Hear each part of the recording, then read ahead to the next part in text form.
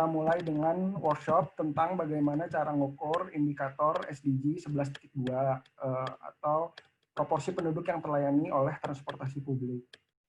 Latar belakangnya sebenarnya karena saat ini di dunia maupun di Indonesia kita masih kekurangan data cara untuk mengukur indikator-indikator SDGs gitu. Padahal di 2030 nanti diharapkan negara-negara bisa mencapai tujuan-tujuan di SDGs tersebut gitu. Nah, kalau misalnya data dan toolsnya aja masih kurang banget gitu, orang-orang masih belum familiar, itu gimana caranya kita bisa tahu daerah-daerah atau negara kita udah sampai mana sih untuk mencapai tujuan ini gitu. Nah, tapi sebenarnya mungkin disclaimer dulu. Jadi karya ini mungkin tidak secara spesifik atau teknikal mengenai SDG 11.2, tetapi lebih ke eksplorasi cara-cara yang bisa dipakai untuk mengukur indikator itu gitu. Jadi nanti akan ada 2 instruktur yang bakal ngejelasin cara-cara yang mungkin dipakai untuk mengukur indikator SDG 11.2 itu.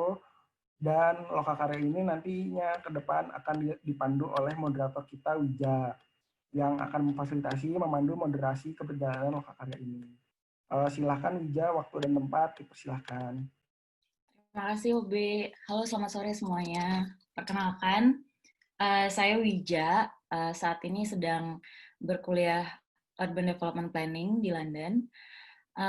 Sebelum kita memulai sesi lokakarya dari Liga Muda Perencana hari ini, saya ucapkan terima kasih atas sudah mau bergabung di kick-off Liga Muda Perencana.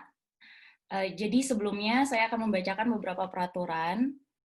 Sebelum dan setelah workshop akan ada survei yang perlu diisi oleh peserta sebagai feedback dan juga untuk mengukur nilai tambah dari pelaksanaan lokakarya ini. Yang kedua, selama pelaksanaan lokakarya, mohon video untuk dinyalakan, mikrofon dimatikan, kecuali jika nanti ingin menyampaikan pendapat setelah dipersilakan oleh saya. Jika ingin bertanya, gunakan fitur raise hand, dan diperbolehkan untuk menulis pertanyaan di kolom chat saat diskusi berlangsung. Kemudian jika ingin menyampaikan pendapat atau pertanyaan secara verbal, mohon berkenan memperkenalkan diri seperti nama dan afiliasi sebelum menyampaikan pertanyaan. Kemudian sertifikat peserta dapat diakses paling cepat 1 hari setelah pelaksanaan lokakarya pada tautan yang akan nanti dikirimkan oleh panitia. Jadi, seperti yang sudah Obe jelaskan tadi, tema workshop hari ini bagaimana mengukur urban transport untuk salah satu goals dari Sustainable Development Goals yang ke-11.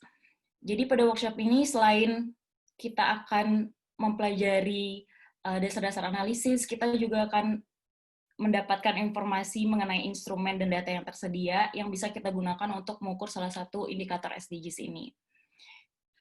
Jadi nanti kita sudah kedatangan 2 instruktur yang sangat inspiratif dari tulisan-tulisannya mengenai akses transportasi publik di Jakarta, yang mungkin para peserta juga sudah baca sebelumnya.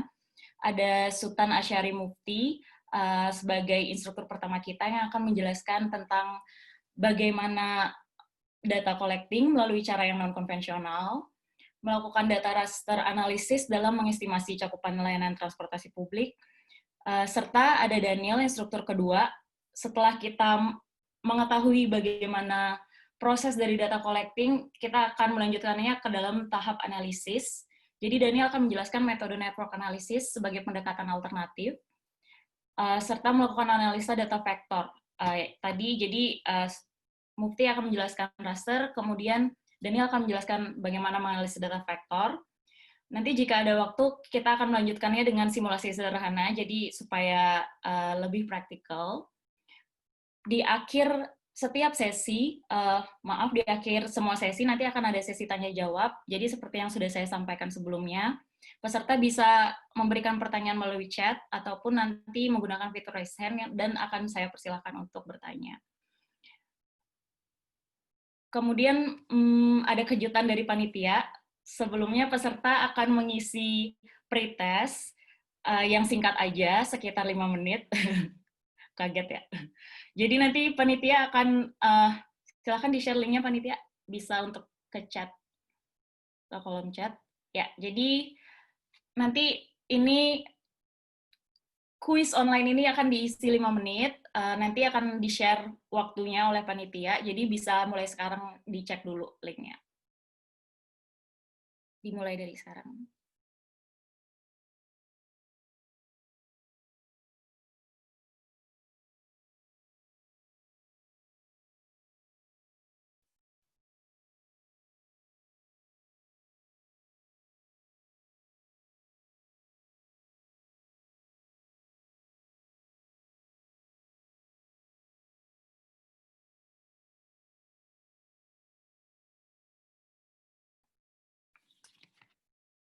Sambil menunggu, saya akan memperkenalkan instruktur pertama kita, namanya Sultan Asyari Mufti. Mungkin bisa dada-dada dulu, dicari di layarnya yang mana Mufti. Halo Mufti. Halo. Jadi Mufti saat ini bekerja sebagai urban planner di ULab Magna Versa di Bandung, dan lulusan dari Urban and Regional Planning, PWK ITB. Dan sangat ahli di GIS dan pengambilan data yang lebih advance lagi melalui Python. Jadi nanti Mufti akan menjelaskan mengenai bagaimana data collecting dari cara non-konvensional, seperti dari tulisan Mufti menceritakan bagaimana akses transportasi publik, juga Mufti meng-highlight kekurangan aksesibilitas data ya Mufti ya. Nanti Mufti mungkin bisa bagi ke kita gimana caranya mencari data tersebut dan bagaimana bisa memanfaatkan data tersebut untuk analisis. Oke. Ini dimulai? Ya, silakan Mufti, bisa dimulai. Oke. Selamat siang, salam kenal. Nama saya Sultan Asyari Mufti. Biasa dipanggil Mufti. Kalau sama teman-teman kampus dipanggil Sultan juga nggak apa-apa.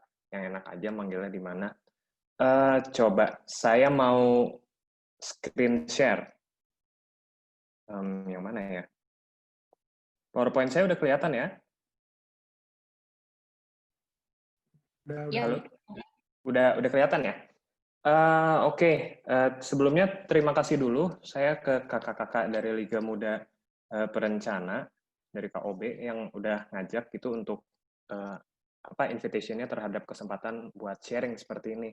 Saya harapkan juga saya juga terima kasih kepada teman-teman di sini yang udah hadir mau menghadiri acara sharing session ini.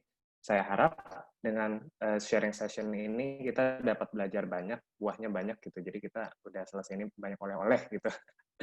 Sebelumnya, perkenalkan, nama saya Sultan Asyari Mufti, biasa dipanggil Mufti atau Sultan, yang mana aja yang enak. Saya lahir tahun 1996. Saya juga kerja di Urban Planner sebagai Urban Planner di ULab Magna Versa.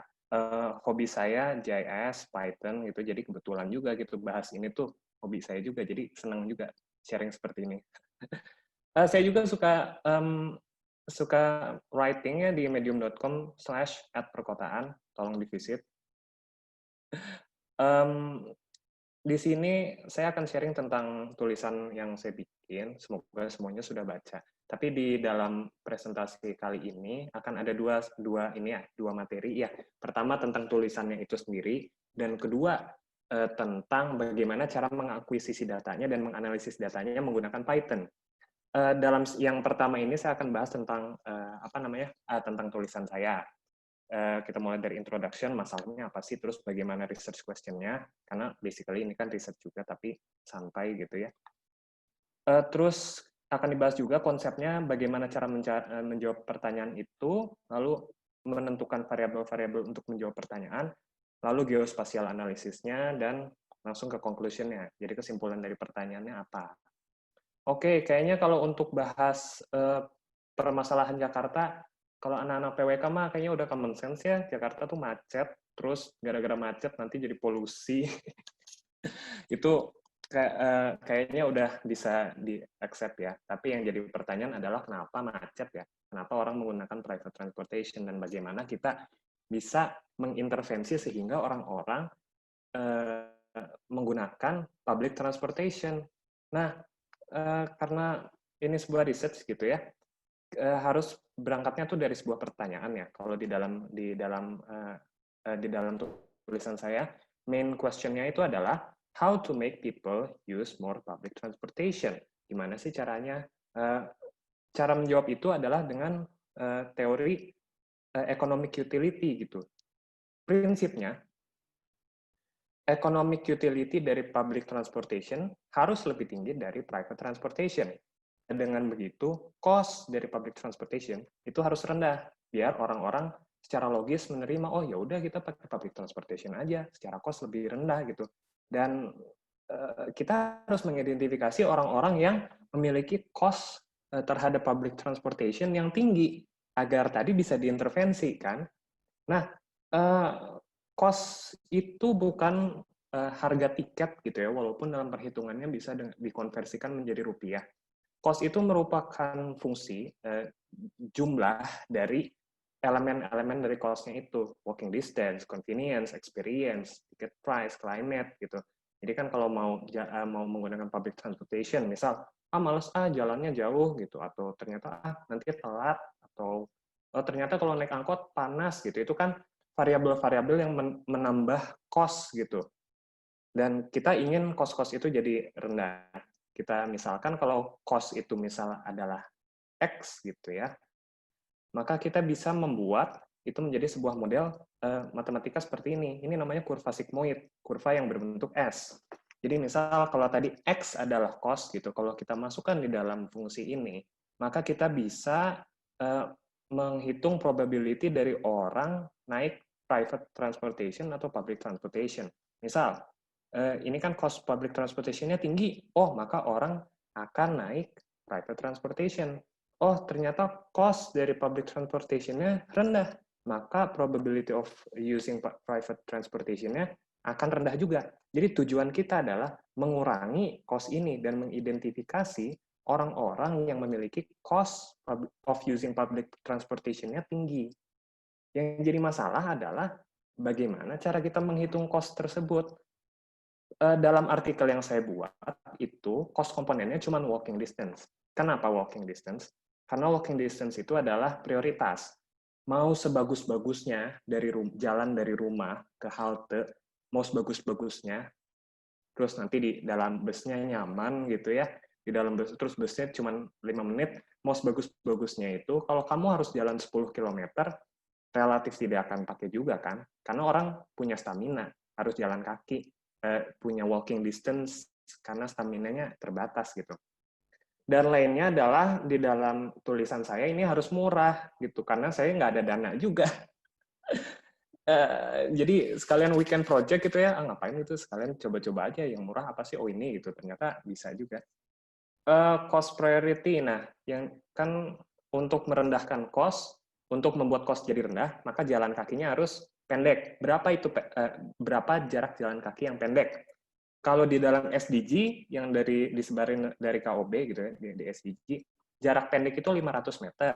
Tapi kalau di yang saya pakai itu 700 meter. Kenapa 700 meter? Karena kalau di Jakarta, itu di Pergub nomor 44 tahun 2017 tentang TOD, itu delineasi TOD itu 700 meter. Ya, ini jarak jalan kaki lah ya. Kan kalau udah TOD, kita pengennya orang-orang jalan kaki juga gitu. Dan 700 meter itu nggak bisa dalam bentuk radius. Kalau dalam bentuk radius, itu anggapannya kita terbang. Dan kita kan nggak bisa terbang. Kita harus menggunakan geometri jalan yang ada. Ini street design-nya seperti apa. Jadi ada sebuah korelasi antara urban design dan si transportasinya tersebut gitu. Jadi bisa jadi kita, udah ada stasiun, ternyata jalannya harus bolak-belok, terus orang jadi malas pakai karena ujung-ujungnya jauh juga gitu, jalan kakinya harus muter-muter, entah ada tembok kah di situ, entah ada rumah yang menghalangi atau gimana. Untuk itu saya gunakan terminologi pedestrian catchment area atau PCA. Jadi dia sebuah range, sebuah poligon yang kalau kita ada di situ, jalan kakinya di bawah 700 meter. Oke, kita harus make sure semua warga Jakarta ada di dalam PCA ini agar orang jalan kaki. Karena kalau di luar kita anggap dia tidak akan jalan kaki. Oke, sampai sini saya recap dulu, karena habis ini masuk ke analisis. Kita harus, jadi objektifnya itu kita ingin mengidentifikasi masyarakat Jakarta yang memiliki cost tinggi untuk menggunakan public transportation, agar bisa kita intervensi. Dalam kasus ini, cost itu didefinisikan oleh walking distance. Jadi kita harus mencari orang-orang yang di luar walking distance. Walking distance yang pendek itu adalah 700 meter. Sampai sini, itu teorinya ya. Lalu untuk mencari tahu itu apa sih data yang dibutuhkan gitu ya. Data yang dibutuhkan itu pertama adalah poin dari semua transportation stops yang ada di Jakarta. Itu saya ambil dari Trafi. Lalu ada line geometri tadi untuk membuat PCA-nya gitu. Terus kalau PCA dari poin dan line gitu. Nah, yang menurut saya menarik itu adalah data populasi yang berbentuk raster. Karena nanti kan kita query lah, kita eliminasi gitu. Jadi kita ketahuan populasinya mana sih yang di luar 700 meter. Yang membuat saya menarik adalah data populasi ini bentuknya raster dari GHSL. GHSL itu Global Human Settlement Layer dari Uni Eropa. Kenapa harus raster? Kan kita biasanya kalau data kependudukan itu dalam bentuk kabupaten X, kelurahan X berapa, nanti jadi petanya Koroplev atau gimana. Karena pada kenyataannya, ini kalau bisa kelihatan, ini adalah citra satelit Landsat yang saya proses, jadi biar kelihatan false coloring. False coloring ini untuk menunjukkan kalau pink dia adalah daerah terbangun, dan kalau putih ini daerah tambang, dan kalau hijau dia tanaman, kalau biru air. Nah, kalau kita lihat, kalau kita masih datanya dalam bentuk batas administrasi, dia akan cenderung bias. Misal kota Bandung Barat gitu ya. Bandung Barat kan ada nih daerah-daerah yang padat penduduk, tapi kalau kita lihat kepadatan penduduk Bandung Barat secara keseluruhan, dia kepadatannya pasti rendah. Kenapa rendah? Karena kebanyakan wilayahnya adalah daerah vegetasi. Nah, kalau kita menggunakan data raster, kita akan bisa melihat wilayah dan perkotaan tanpa melihat batas administrasi. Jadi sifatnya kontinu. Dan data raster itu adalah data spasial yang bersifat kontinu. Jadi kita bisa nanti dia kotak-kotak gitu kan, data raster itu kayak gambar. Itu mengeliminasikan biasnya itu. Mungkin kalau untuk daerah perkotaan kita bisa ya pakai batas administrasi karena kita cenderung daerah yang padat, hampir semuanya terbangun. Tapi kalau kita skalanya nanti akan naikkan, kita nggak bisa lagi pakai data yang bersifatnya teragregatkan dan ordinal seperti ini gitu. Discrete seperti ini. Jadi harus datanya sifatnya kontinu. Dan kalau kita lihat data GHSL, dia bentuknya juga kontinu. Dia raster dengan size 250 kali 250 meter. Dan dia sifatnya fluid. Kita udah nggak usah lihat batas administrasi lagi. Dan kita udah tahu, oh di sini padat, di sini di sini nggak padat. Kalau kita lihat ini GBK ya, ini SCBD, ini itu Semanggi ya, Semanggi gitu. Oh ternyata di daerah sini mah emang tidak banyak itu penduduknya. Oke, kalau udah masuk ke analisisnya cuma satu slide doang. Bahas teori udah panjang, soalnya kalau analisisnya cepat. Kita kalau bicara analisis, tinggal bikin algoritma, run, langsung keluar gitu kan. Public transportation stops, dari public transportation stops, ini kalau di zoom tuh ada titik-titik ini. Nah ini titik-titik. Kalau kita cari PCA-nya, PCA itu coverage, jadi kalau kamu ada di dalam yang biru ini, kamu artinya jalan kaki 700 meter ke public transportation, lalu dari data continue population-nya, terus kita ekstrak deh, mana ya daerah yang tidak ada di daerah terbangun gitu. Nah, kalau kita zoom nih, ini zoom kelihatan ya, kan kotak-kotak ya, kotak-kotak ini tuh 250 kali 250 meter. Kalau dia ring light seperti ini, dia nggak ada penduduk. Jadi, yang ngapain juga gitu kalau kita bikin rencana transportasi melayani di daerah sini, orang nggak ada penduduknya, dan guess what, gitu, daerah sini kan Bandara Halim Perdana Kusuma. Jadi, nggak perlu juga. Nah, setiap sel ini kan ada jumlah penduduknya. Kalau di sum semuanya, maka ada 827.594 citizens yang berada di luar 700 meter. Nah, ini yang harus kita intervensi. Mereka jalan kakinya masih jauh gitu. Jadi sebagus-bagusnya public transportation, kita bisa safely bilang ini beresiko nih, orang-orangnya masih jauh jalan kakinya gitu. Jadi intervensinya gimana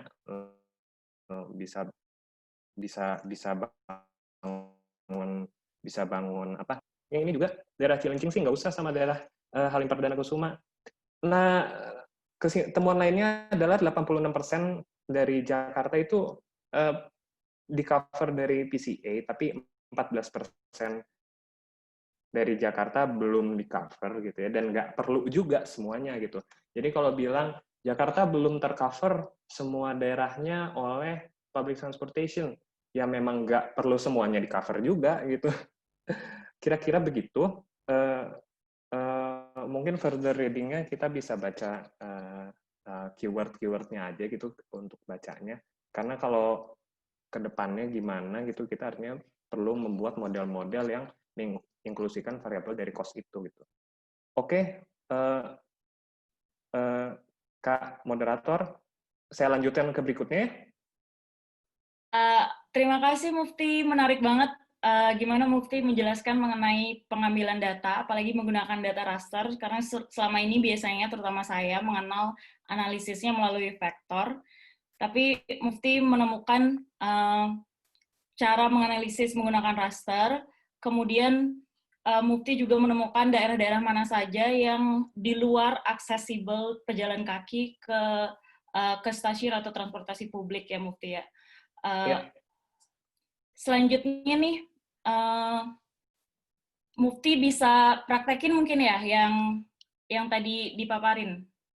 Oke, sebentar ya, saya sambil siapin beberapa. Oke, kalau untuk data analisis tekniknya, gimana sih? Kan cara dapat datanya, kayaknya datanya menarik banget. Sebenarnya simple, kalau untuk data raster, yang tadi GHSL, itu as simple as, kamu cari aja gitu, GHSL, layer, download, itu tuh tinggal diklik download, terus dia langsung dapat kok rasternya. Jadi nggak perlu fancy-fancy. Dan untuk OpenStreetMap, geometri jalan juga sama sebenarnya, tinggal klik download. Mungkin nanti linknya bisa saya share sih, geofabric.apa gitu, itu nanti bisa di-share. Itu literally tinggal download, ya paling 2 giga gitu, karena datanya kan satu Indonesia. Tapi menurut saya yang agak perlu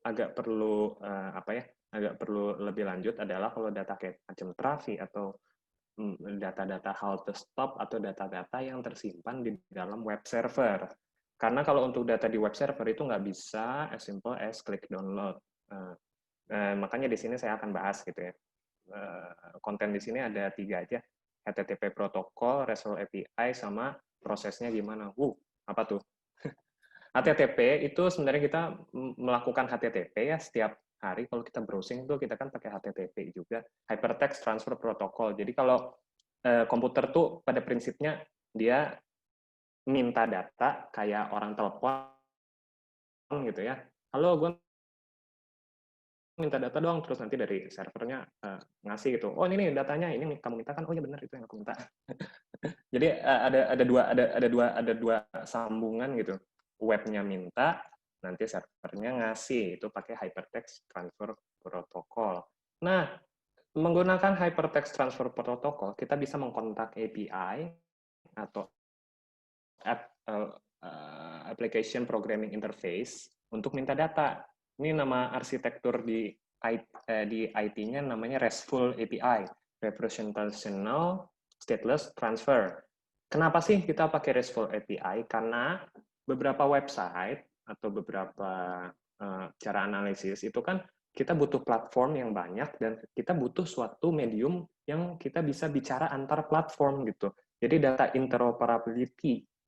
Misal dari JavaScript terus ke Python, atau dari Python ke R, atau dari website ini ke website itu butuh medium, nggak bisa gitu. Mereka kan nggak sinkron.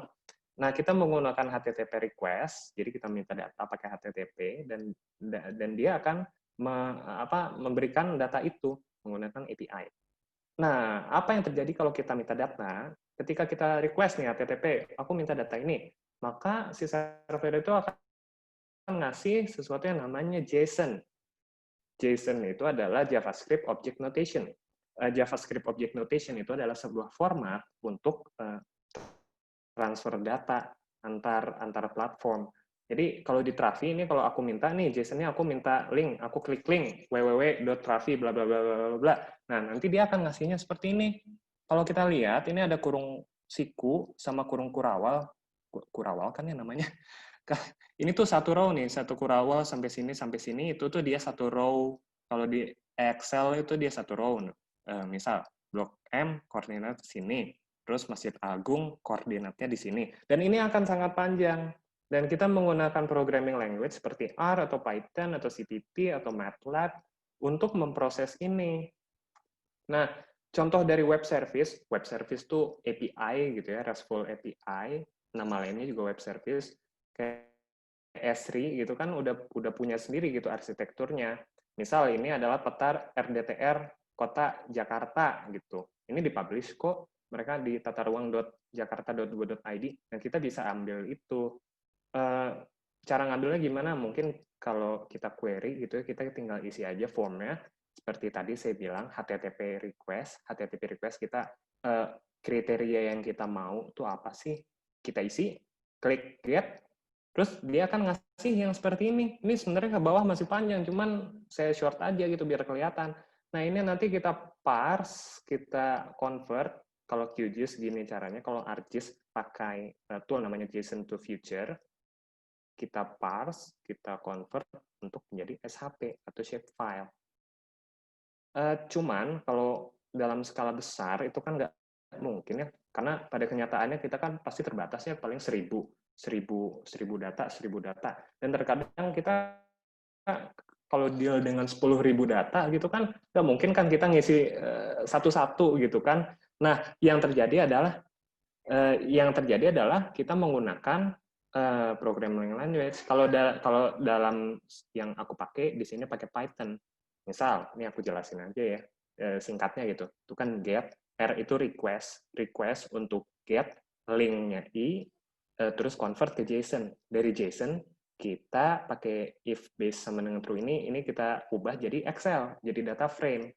Dan ketika sudah diproses, itu akan jadinya seperti ini. Ini data dari Trafi. Kan jadinya data frame-nya lebih apa ya? Lebih manusiawi buat dilihat, lebih familiar gitu daripada data yang kayak gini gitu kan. Ini data ini kalau udah diproses nanti jadinya seperti ini. Ada latitude, ada longitude, terus ada stopnya, terus ada ini ada trayeknya yang lewat situ apa aja gitu. Cuman ya itu kita pakai programming language kalau dia skalanya udah besar dan kita bisa convert itu pakai Python untuk jadi shapefile. Misal nih ya data terus dia ada koordinat sistemnya EPSEC 2263 4326 gitu ya kalau untuk WGS 1984. Terus kita ekspor jadi shapefile, data SHP. Kalaupun nggak bisa pakai Python, sebenarnya di ArcGIS juga udah ada, namanya XY table to point gitu misal. Nanti dia akan jadi shapefile. Nah, karena kita akan deal sama banyak data frame atau spreadsheet, aku sangat sarankan untuk baca tulisan ini, Data Organization in Spreadsheet by Carl Broman sama ini Carl, bukan Carl ini Carl Wu. Karena untuk ini kan masuknya ranah data science gitu. Jadi kita harus pahami juga kaidah-kaidah dari data science itu. Apalagi kalau skala pekerjaannya udah besar dan nggak bisa satu-satu gitu, nggak bisa satu-satu ngekliknya.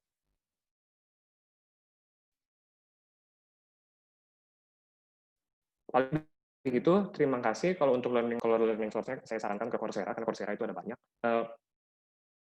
Cari aja keyword-nya, cuman kalau Coursera, Udemy, Datacamp itu kan bayar ya, beberapa gratis. Aku sangat sarankan juga ke Khan Academy, karena kalau Khan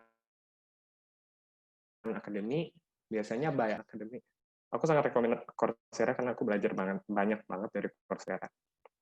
Begitu paling semuanya. Terima kasih.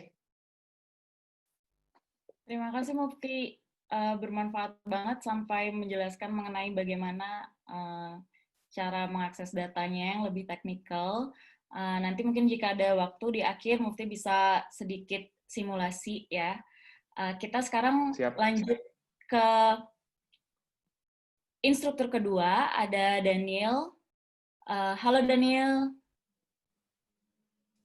Halo, halo. Daniel adalah urban designer di Urban Plus. Saat ini merupakan Master of City Planning student di MIT.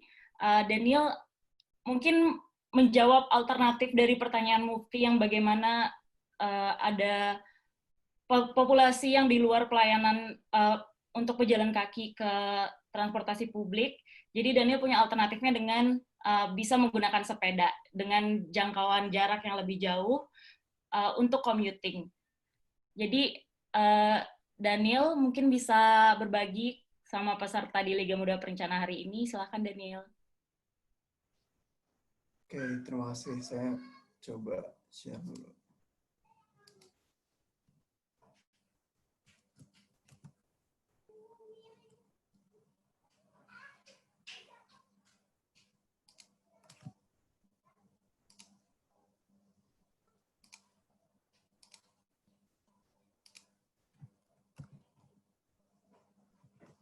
Udah ke play ya?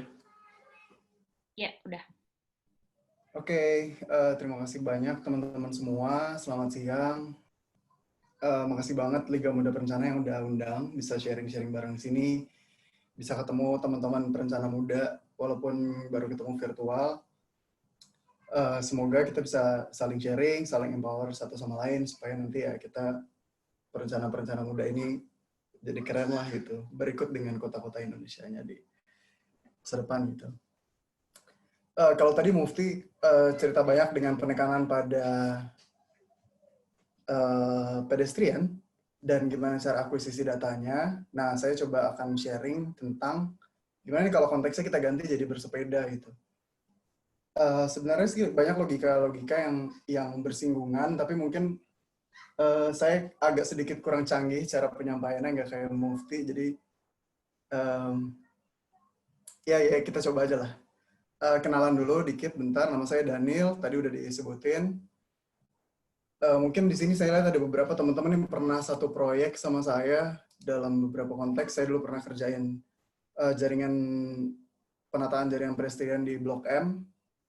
Terus juga saya pernah kerja untuk urban design di Tegaluar High Speed Train TOD di Bandung. Dan sekarang saat ini sedang mengerjakan urban design development ibu kota negara yang baru di Kalimantan Timur di bawahnya PUPR. Oke. Sedikit disclaimer, walaupun ini kesannya kayaknya forumnya serius banget gitu, tapi please jangan serius-serius banget karena saya jadi ikutan grogi. Karena basic saya bukan planners, di sini banyak banget teman-teman planner, saya jadi grogi, saya bukan transport engineer, bukan software engineer atau data scientist gitu. Jadi mungkin kalau ada hal-hal yang saya tulis yang ada miss, tolong dikoreksi aja, kita sama-sama belajar. Terus ini merupakan opini pribadi, saya tidak didanai, tidak ada institusi di bawah naungan institusi atau akademik apapun, bukan tulisan akademik. Jadi kalau ada yang mau mereferensi, mending belajar sendiri, jangan direferensi gitu ya. Maksudnya ikutin aja step-stepnya gitu. Ini cuma ngulik-ngulik, tidak peer review, data tidak divalidasi. Dia take it with a grain of salt, gitu ya. Oke, nah sekarang bicara sepeda, ini sedikit background. Saya nggak pernah bisa saya secara intuitif saya selalu membanding-bandingkan bersepeda di sini dengan bersepeda di Amsterdam dan Copenhagen yang disebut-sebut sebagai kayak surganya cycling city gitu. Ya kan, kalau saya ambil dari 3 gambar Google ini, kelihatan banget ada perbedaan yang signifikan gitu. Kalau misalnya di Amsterdam nih kita lihat nih mbak-mbak ini, kira-kira dia mau kemana ya dari cara berpakaiannya gitu. Kalau saya pikir mungkin dia mau ke kampus gitu, misalkan. Ya kan, setelan anak kampus, terus kayak mungkin kacamata itu masih hangover atau masih ngantuk gitu. Terus kalau Copenhagen ini mbak-mbaknya rapi banget gitu, bawa tas, ya kan, terus pakai jas. Mungkin mereka mau meeting, mau ke cafe, mau ke coworking space gitu. Nah, beda dengan di Jakarta situasinya. Nah, kalau di Jakarta, mau kemana nih? Ya paling ke FX, terus muter lagi ke sepedanya taruh di mobil, terus kita pulang ke Depok gitu kan. Ini kalau saya tuh sepedahan di sini. Jadi perbedaannya adalah di Indonesia kita memperlakukan sepeda sebagai alat olahraga, sedangkan di kota-kota ini sepeda itu digunakan sebagai mode transportasi. Nah, gue pengen dong sepeda ini, ayo dong kita jadi mode transportasi gitu, jangan sekedar jadi alat olahraga. Pada kenyataannya sekarang, ini harus di Jabodetabek sih. Di Jabodetabek yang menggunakan sepeda itu dikit banget, kurang dari 5% gitu. Nah, melihat momentum ini, orang-orang naik sepeda sebagai olahraga, pertanyaan yang saya ajukan adalah, gini kalau kita shift dari trennya sekarang sepeda sebagai olahraga, kemudian pindah menjadi mode transportasi. Nah, untuk itu, kalau sepeda dikategorikan sebagai mode transportasi ini, mode transportasi itu umumnya dibagi 3 kan. First mile, terus main transit mode-nya, terus ada last mile. Nah, sepeda itu di mana? Apakah dia di first mile atau jangan bisa gue dari rumah langsung ke kantor gitu, naik sepeda full gitu. Atau kita ya udah dari stasiun sampai kantornya aja gitu. Nah, kuncinya sebenarnya ada di jarak. Berapa sih jarak dari rumah ke kantornya gitu. Nah, ini saya coba-coba lihat how far is far to bike to work gitu. Seberapa jauh gitu. Nah, ini dari komunitas bike to work di Eropa sih, memang bukan di Indonesia. Pada umumnya mereka jawabnya 5-10 miles. Kalau dikonversikan ya kurang lebih 5-10 km gitu. Is a reasonable distance to bike to work. Nggak terlalu capek, tapi ya masih lumayan lah, agak olahraga dikit. Ya, jadi acuannya segini. Kalau lebih dari itu udah hard. Terus kayak terlalu keringetan gitu. Bahkan kalau 30 kilo lebih, ini udah Olympian commuters. Nah, pada kenyataannya, yang jarak dari rumah ke kantornya kurang dari 10 km, itu nggak banyak. Itu cuman 27% gitu dari surveinya BPS tahun 2019. Nah, jadi teman-teman yang dari rumah ke kantornya kurang dari 10 km, wah itu teman-teman sebenarnya sultan banget tuh. Udah privilege banget. Teman-teman bisa naik sepeda langsung gitu. Sedangkan gue itu jarak dari rumah ke kantornya 40 kilo, men. Jadi, wah gila, gue benar-benar rakyat jelata yang tidak privilege gitu. Nah, maka dari itu, dengan asumsi kayak gini, jadi saya berpikir, ya berarti kalau cycling sebagai main transportation itu agak unrealistic. Jadi mau nggak mau kita nyambung naik sepeda ke stasiun, gue naik KRL, dari KRL naik sepeda lagi. Jadi proposal saya adalah kita posisikan sepeda sebagai first mile dan last mile, kayak gitu. Ini proposal saya. Nah, sebagai first mile dan last mile, kita punya saingan, ya. Sebenarnya kan kalau saya rumah ke stasiun ya, in teori harusnya bisa naik sepeda. Tapi pada kenyataannya sih gue naik gitu. Kenapa ya? Karena lebih murah. Maksudnya nggak lebih murah. Ya lebih cepat, lebih convenient gitu. Ya nggak sih? Maksudnya itu realistically speaking aja gitu. Nah, jadi terus gimana dong? Gimana caranya kita mau jadiin sepeda ini bisa cukup kompetitif enough gitu untuk bersaing dengan si ojek online ini. Gitu. Nah, saya cari-cari sebenarnya caveatnya mungkin adalah kalau online ojek itu dia ada tarif minimumnya di bawah, jadi 10.000 for the first 4 km. Ya kan? Sebenarnya, dan 10.000 itu sebenarnya bukan angka yang murah juga gitu. Lumayan kalau hari kita spend 50.000 untuk untuk commuting, 10.000 dikali 2 pulang pergi 20.000, itu udah 2/5. Maksudnya itu angka yang signifikan gitu. Ya sih. Jadi, nah usulan dari saya adalah ya udah kita bagi-bagi jatah aja nih. Kayak tadi Mufti bilang, naik pedestrian sampai 700 meter. Nah, cycling, usulan saya, dari 0 sampai 4 km, itu oke tuh buat naik sepeda. Kemudian ya lebih dari itu, 4 sampai 10 km atau lebih, barulah kita naik online ojek.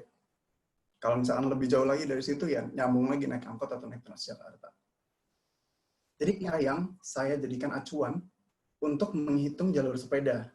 Tapi ini asumsi saya, bukan tidak berdasarkan referensi apa-apa gitu. Jadi asumsinya adalah di bawah 4 km, bersepeda itu masih cukup nyaman, nggak terlalu capek, nggak terlalu ngoyo gitu, sampai kantor nggak bau, dan relatively ya masih lebih valuable lah dibandingkan naik ojek. Nah, 4 km, nah baru sekarang kita masuk ke software-nya. Kita tes nih performanya kalau 4 km itu apa. Kita menggunakan namanya GIS Network Analysis dan beberapa tools-tools dari Geoprocessing Toolbox. Ini pasti teman-teman yang udah pernah kerja pakai GIS, pasti Geoprocessing biasa sudah lumayan cukup paham. Nah, ini sama kayak tadi Mufti, ya, kita nggak boleh pakai radius, karena buffer radius itu drastically overestimate the catchment areanya gitu. Ya, jadi 4 km itu ya bisa aja gue sebenarnya dalam radius 4 km, tapi pada kenyataannya saya harus detour berapa kali. Jadi sebenarnya mungkin in reality jarak gue sebenarnya adalah 5 kilo contoh gitu. Jadi ini yang saya gunakan adalah Network Analysis Toolbox. Ada satu tools yang bisa menghitung service areanya. Nah, ini sederhananya, gue nggak tahu sih teman-teman mungkin udah tahu apa belum ya. Pertama kita butuh road network dataset, sama yang tadi Mufti bilang gitu. Mufti ekstrak dari OpenStreetMap, nggak tahu sih, gue waktu itu coba dari OpenStreetMap tuh nggak berhasil. Jadi yang salah satunya data yang berhasil gue coba adalah data RBI. Data RBI ini bisa di-download. RBI itu rupa bumi Indo. Ini survei tahun 2005, jadi sebenarnya datanya agak nggak akurat, karena ini data tahun 2005 gitu. Dari tahun 2005 sampai 2020 udah banyak jalan baru. Nah, yang kemudian kita butuh titik transitnya. Nah, ini kalau tadi Mufti ambil dari Trafi, nah saya ini berbagai sumber, karena download halte Transjakarta free download SHP kayak gitu. Nah, itu kadang-kadang suka ada, kadang-kadang nggak ada. Ya, hoki-hokian juga sih. Tapi ini ada. Tapi ini lupa banget gue nggak masukin LRT Velodrome. Jadi sorry banget buat yang tinggal di daerah Gading. Ketinggalan. Terus kemudian dari dua data ini kita bisa menghitung service areanya gitu. Nah, kriteria yang saya masukkan itu saya mengukur 350 meter, 700 meter, itu jarak berjalan kaki, ya, kayak yang tadi Mufti bilang, kemudian 1 kilo, 2 kilo, 4 kilo, itu 5 menit sepedahan, 10 menit sepedahan, 15 menit sepedahan. Hasilnya adalah nanti kita punya geometri service areanya. Nah, saya hitung nih areanya, ya kan. Nah, ini nanti kita bahas sih sama Mufti, karena menurut apa yang gue lakukan, 5 menit sampai 10 menit itu yang merah dan oranye itu nggak banyak. Jadi gue nggak tahu tadi kok Mufti bisa sebanyak banget gitu service areanya. Padahal ini sama 700 meter. Ini mungkin nanti kita bisa didiskusikan sih. Kenapa bisa hasilnya beda. Ya mungkin gue juga nggak masukin bus kayak Kopaja terus angkot gitu. Mungkin itu hal yang membedakan sih. Nah, kemudian areanya ini saya hitung. Ya, di GIS kan bisa ngitung areanya kan, langsung ada tabelnya gitu. Nah, kemudian saya masukin ke Excel. Nah, itu kan baru areanya, bukan coverage-nya. Coverage-nya ya simple, areanya dia dibagi dengan total areanya Jakarta gitu. Jadi misalkan 5 menit of walking distance itu berapa nih area service areanya? Itu 3.000 hektar. 3.000 hektar dibagi total area Jakarta itu 64.000 hektar, jadi dapat 5%. Nah, temuannya adalah berjalan kaki 10 menit itu bisa mengcover 16%. Nah, tapi kalau naik sepeda, ya ini sebenarnya intuitively pasti iyalah gitu. Lo jalan makin jauh, pasti lo bisa mengcover lebih banyak. Gitu. Lumayan banget. Coverage-nya bisa nyampe 80% Jakarta gitu, dengan public transport station yang belang bentong gitu.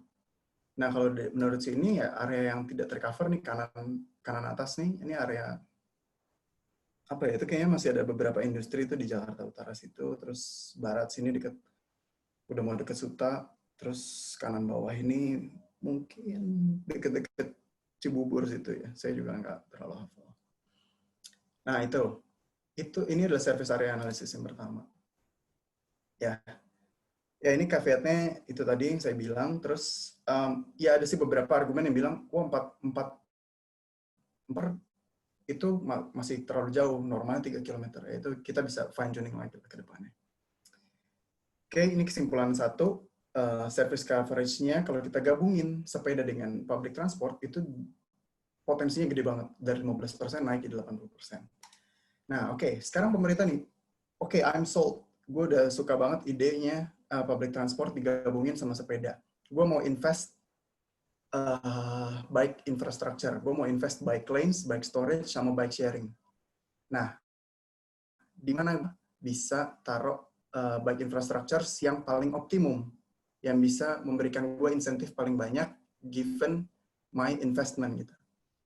Jadi kalau saya pikir, kalau lo mau jadiin sepeda itu first mile solution, artinya dari rumah menuju ke stasiun, ya berarti kita harus fokus di area-area stasiun yang melayani populasi terbanyak. Kalau sebagai last mile solution dari stasiun ke destinasi akhir, maka cari transit station yang dekat dengan destinasinya gitu. Itu kan logikanya kayak gitu ya. Nah, sekarang pertanyaan satu. Transit station mana yang melayani paling banyak populasi? Nah, ini bedanya saya dengan Mufti. Saya pakai data vektor. Kenapa? Karena waktu itu saya tutorialnya nggak nyampe aja sih ngerjain data raster. Jadi ya baru bisa ini. Tapi benar banget sih, harusnya pakai data raster, tapi ya adanya, saya bisanya ini pakai aja lah. Pertama kita punya service area yang 4 km. Nah ini harus intersecting ya. Jadi nggak boleh overlapping nih. Kalau overlapping nanti dia bingung ngitungnya. Jadi kan ya kadang-kadang ada stasiun yang terlalu dekat, jadi sebenarnya service areanya tuh overlap gitu. Nah ini kalau bisa tidak overlap, harus dibuat seperti itu kriterianya. Nah kemudian ini simple aja, administrasi kelurahan, terus ada data jumlah penduduk berdasarkan kelurahan. Ya udah di join table. Jadi kelurahan mana, asal nama kelurahannya sama gitu, dia masuk. Jadi masing-masing kelurahan ini ada data populasinya kan.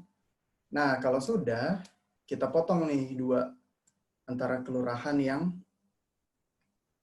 sudah punya populasi dipotong dengan service area. Jadi kita punyanya kelurahan populasi yang di dalam service area.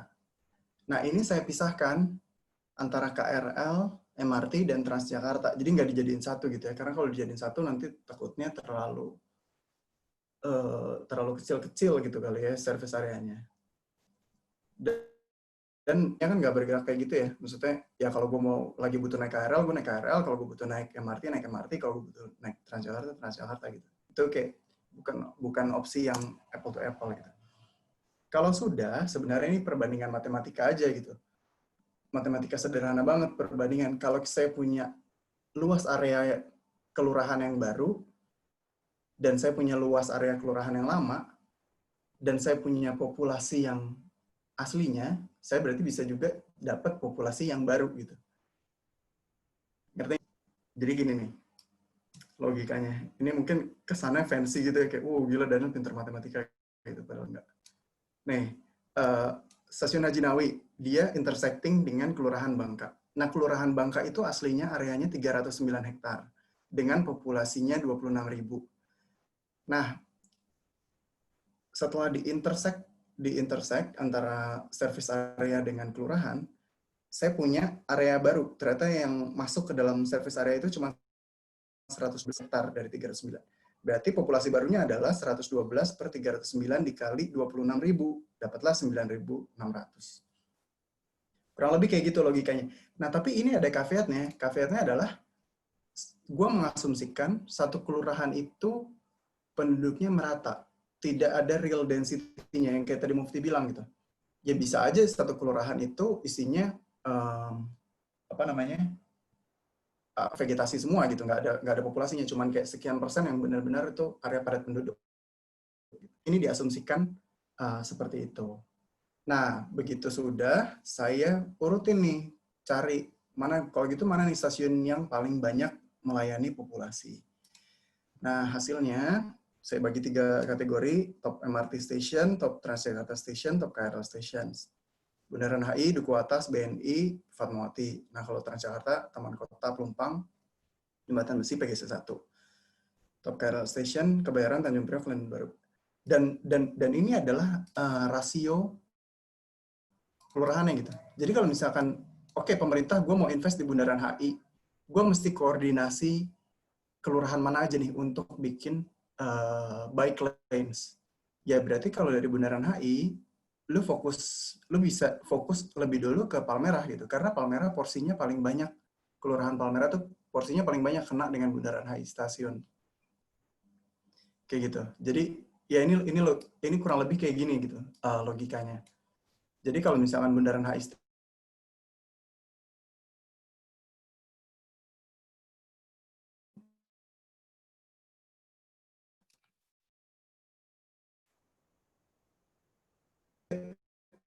Halo Daniel, sepertinya koneksinya agak putus-putus ya.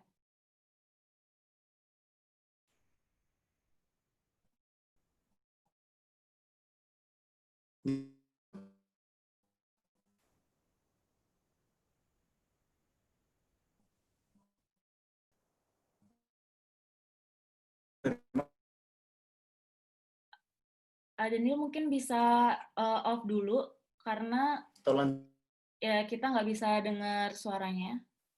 Oke, terima kasih. Mungkin Daniel akan join ulang. Ditunggu dulu.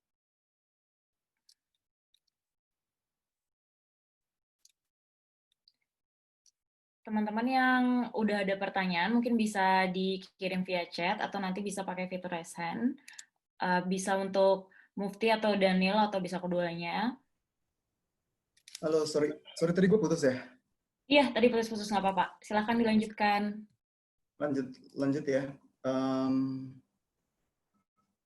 Aduh, sorry banget nih, emang Depok culun banget internet nih.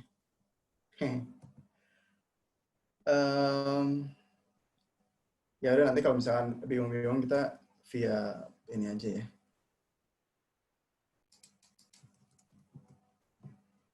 Oke, udah kelihatan, udah ke-play lagi ya? Yep. Nah, sekarang pertanyaan lanjutannya adalah stasiun mana yang melayani destinasi yang lebih banyak? Kalau tadi populasi sebagai first mile, ini kemudian sebagai last mile yang harus dituju kan destinasinya itu. Jadi makin banyak destinasi yang bisa dicapai, itu lebih baik. Nah, caranya adalah pertama kita lebih kompleks sih. Kita harus definisiin dulu nih, destinasi itu apa sih gitu. Orang tuh tujuannya mau kemana sih? Kalau saya logikanya adalah orang mau ke kantor, ke commerce itu artinya ke mall atau ke cafe atau kemana gitu ya. Atau ke pasar atau ke bank. Dan kemudian yang terakhir adalah amenities. Orang mungkin mau ke sekolah, ke kampus, ke rumah sakit, atau art center, museum gitu.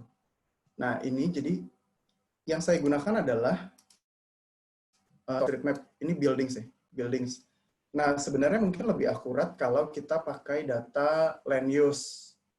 Nah, cuman saya nggak ngerti tuh caranya gimana request land use. Sebenarnya sih tadi Mufti cerita sih sebenarnya bisa aja ya, tapi saya belum ngerti tuh caranya.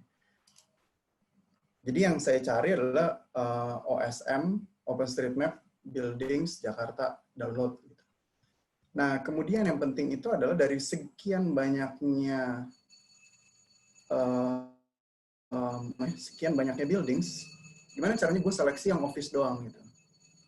Ya ini untungnya sih OpenStreetMap tuh ada atributnya ya, ada atribut office-nya gitu. Jadi kita bisa pilih select by attribute gitu, bikin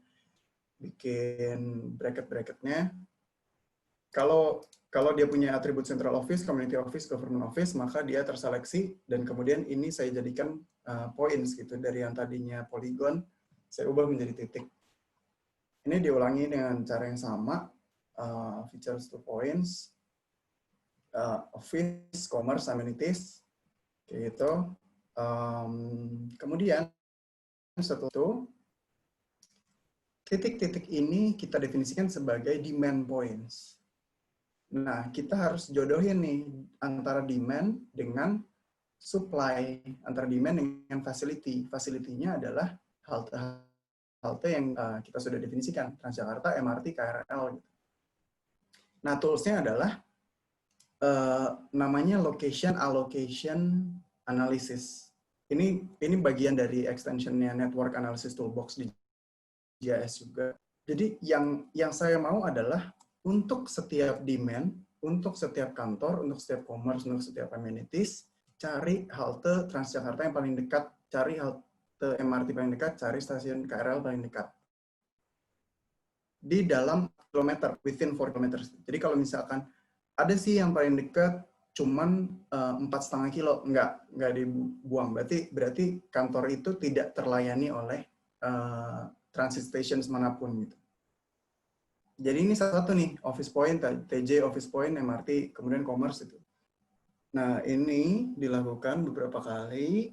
Nah, kemudian, nah ini tapi ada caveatnya juga. Harusnya, jadi gini, saya punya kantor kecamatan.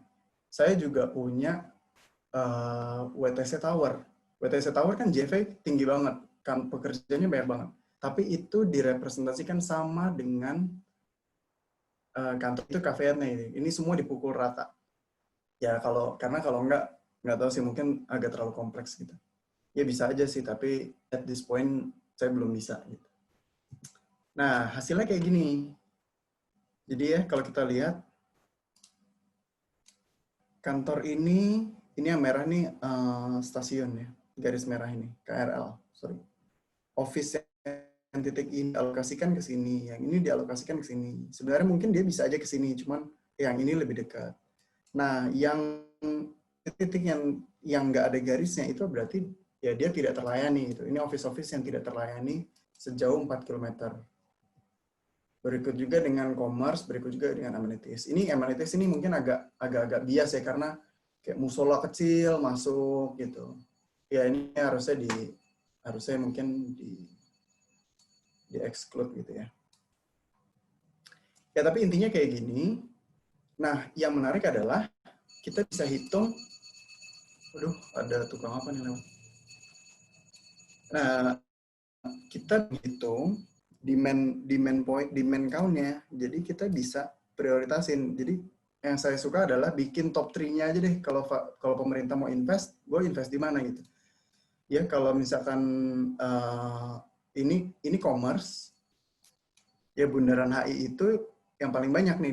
Dia melayani 140 area komersial. Bendungan Hilir 41, ASEAN 31 kayak gitu.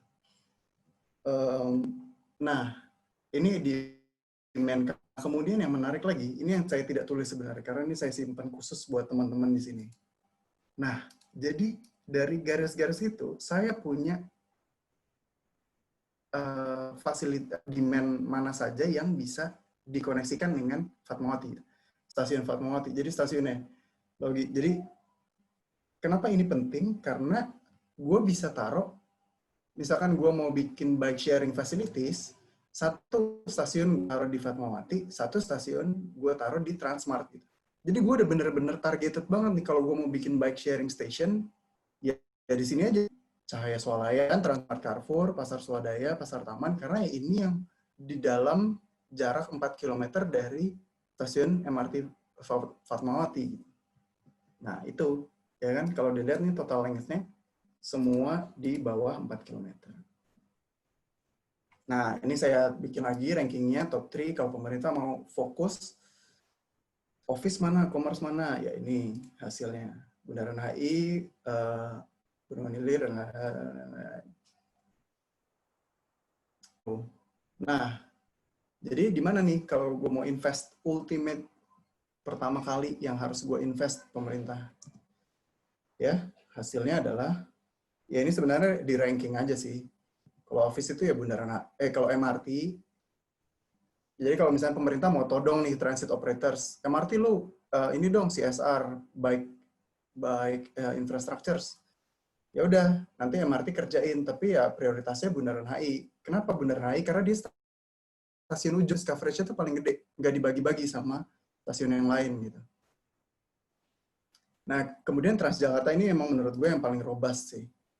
Dia benar-benar kayak hampir banyak banget halte Transjakarta itu yang melayani office, melayani commerce, melayani populasi yang banyak itu hampir merata gitu, karena jangkauan mereka tuh gede banget.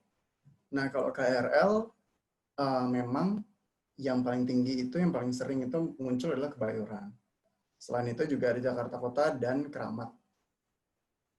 Nah, ini sebagai pengguna aktif KRL, saya agak-agak, masa sih Kebayoran, kayaknya stasiun Depok, stasiun Bogor deh.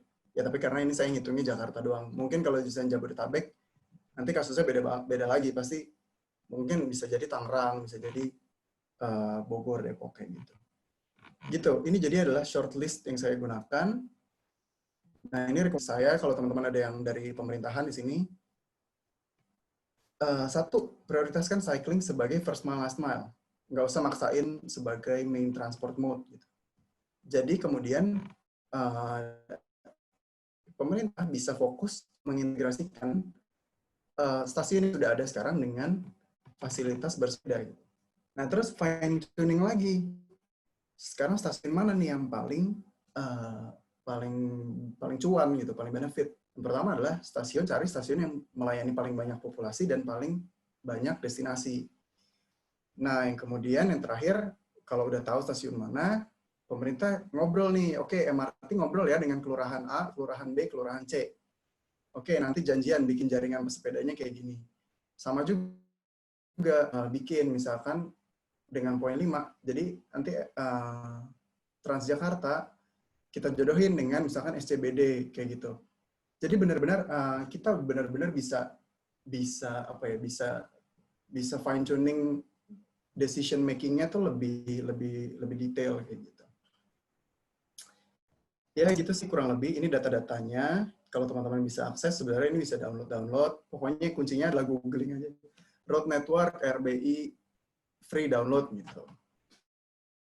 Terus referensinya yang saya gunakan, ini agak berantakan, tidak sesuai kaidah penulisan akademik. Silakan ya di copy paste aja. Ya, jadi ini terakhir dari saya, spatial analisis eksperimen bisa menguraikan lapisan-lapisan kota yang sangat kompleks gitu. Dan kemudian kalau kita bisa menganalisanya, kita bisa bikin decision yang lebih targeted, lebih ya harapannya sih lebih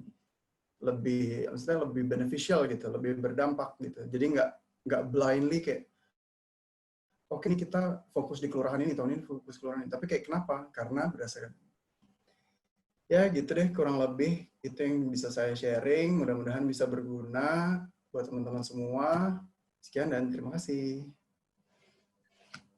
Terima kasih banyak Daniel, menarik banget. Jadi boleh tepuk tangan dulu buat Mufti dan Daniel. Menarik dan bermanfaat banget. Tadi Daniel menjelaskan gimana network analysis bahkan bisa ngebantu pemerintah buat decision making, mau investasi di mana, serta mau berkoordinasi dengan siapa.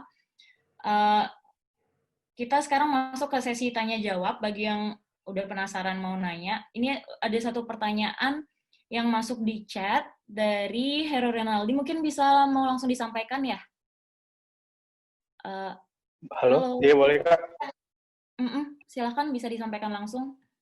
Ya, semuanya perkenalkan, nama saya Hero, adik tingkatnya Kak Daniel. Jadi mau nanya mungkin buat Kak Mufti dan juga Kak Daniel terkait kenyamanan untuk berjalan kaki maupun bersepeda. Tadi kan berdasarkan dari jarak tempuh saja, apakah ada keterkaitannya dengan topografi ataupun kayak kelandaian ataupun keterjalan dari suatu kawasan? Karena kan akan berpengaruh terhadap kemampuan dari masing-masing manusia untuk mengeluarkan energi. Nah, karena berkaitan dengan, mungkin ini sedikit ke arah rencana pemindahan ibu kota baru, di sana kan kawasannya cukup naik turun berbukit. Nah, itu gimana misalnya agar membuat kenyamanan dalam mobilisasi, baik itu berjalan kaki maupun bersepeda tadi sih yang sudah disampaikan. Terima kasih.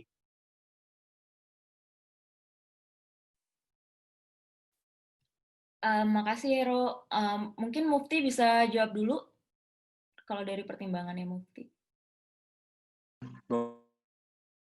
Saya sekalian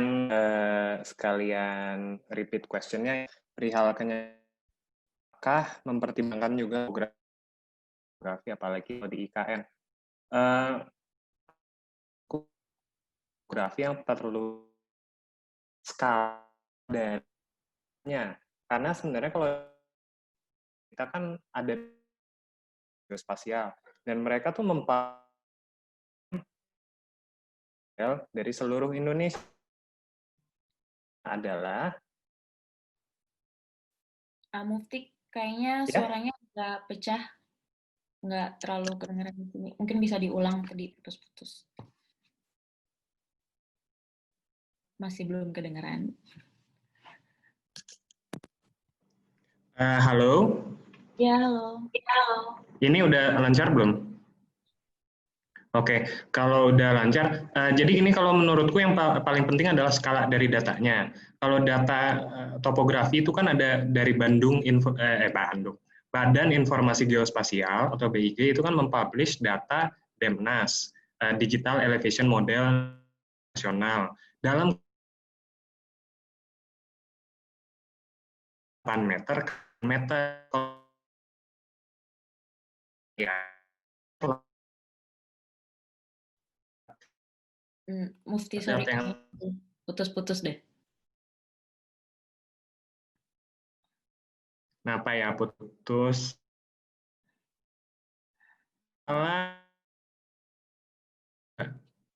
Atau mau Daniel dulu yang jawab ya? Mungkin koneksinya lagi kurang baik. Boleh. Saya tidak menjamin juga koneksi saya lebih baik. Tapi menurut gue, ya ini pertanyaan yang sangat valid sih. Dan ini sering banget dikasih tahu ke gue gitu. Karena emang sepeda itu, terutama untuk naik sepeda ya, grade slope itu sangat berperan. Dan benar kayak Mufti tadi, sebenarnya datanya tuh ada di data DEMNAS dari Badan Informasi Geospasial gitu ya. Dan tingkat kedetailannya mungkin cukup representatif gitu. Nah, dan itu bisa di-map ke masing-masing jalan. Ya, tapi kemarin saya belum lakukan karena saya pikir gini, ini kan skalanya masih gede banget nih, masih se-Jakarta. Jadi masih se-Jakarta, kalau gua udah limit di situ mungkin bukan di sini gitu. Itu dilakukan ya skala perencanaan ya, skala analisis ya. Misalkan nih gue kebayangnya kalau misalkan gue udah tahu nih, oke, gue mau bikin invest di misalnya di stasiun Bundaran HI. Nah terus kalau gue mau bikin bike lanes ke arah mana nih? Nah itu baru kita masukin slope di situ karena tingkat itu mungkin lebih relevan di situ gitu. Ya, jadi arah menentukan arah bike lane-nya kemana gitu. Kita bisa dan benar banget itu slope harus dipertimbangin dan termasuk juga grade separation gitu. Kalau jalan layang mungkin harusnya nggak masuk hitungan gitu, kayak gitu. Jalan layang, jalan tol, terus kemudian rem menuju jalan tol itu harusnya nggak masuk hitungan, buang-buangin tuh kayak gitu. Dan kalau untuk IKN ini pertanyaan lo nyebelin banget sih karena targeted banget kayaknya gitu. Dan memang iya sih, di sana tuh slope banget.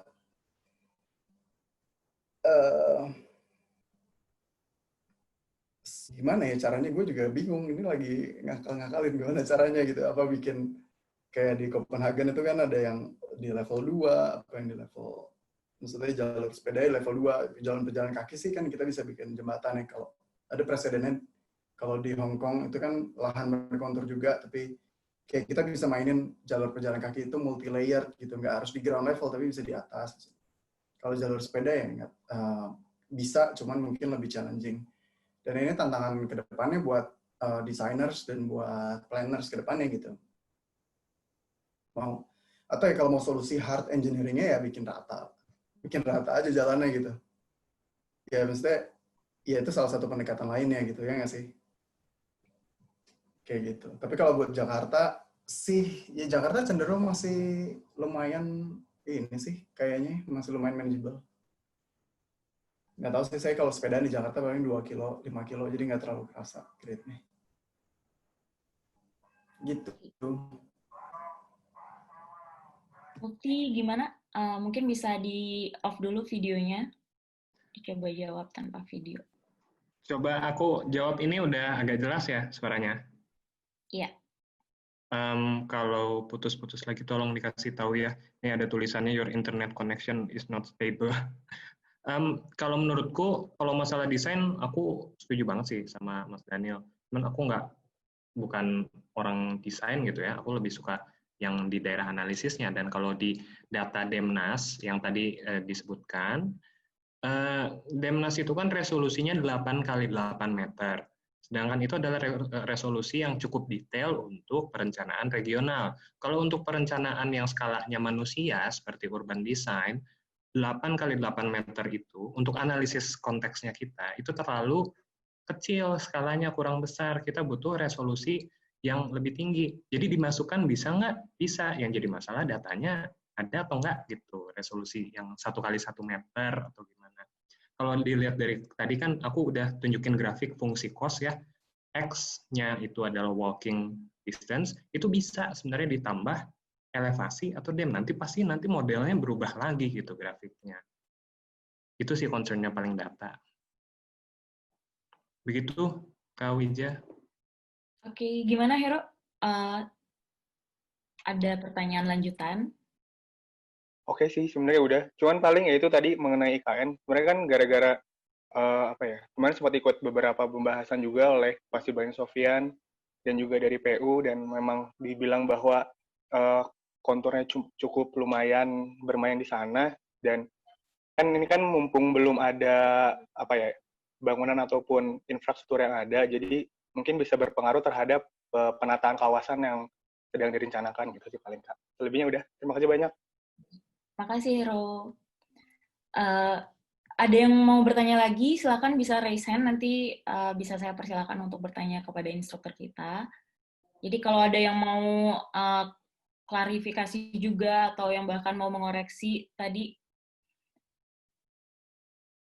ini Hero nanya lagi ya? Kayaknya salah raise hand. Oke. Kepencet Mas. Oh, nggak apa-apa. Ada yang mau nanya lagi nggak?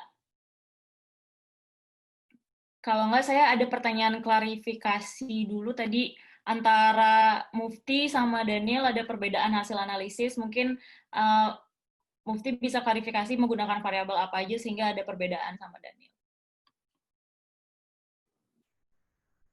Gimana perbedaan apa?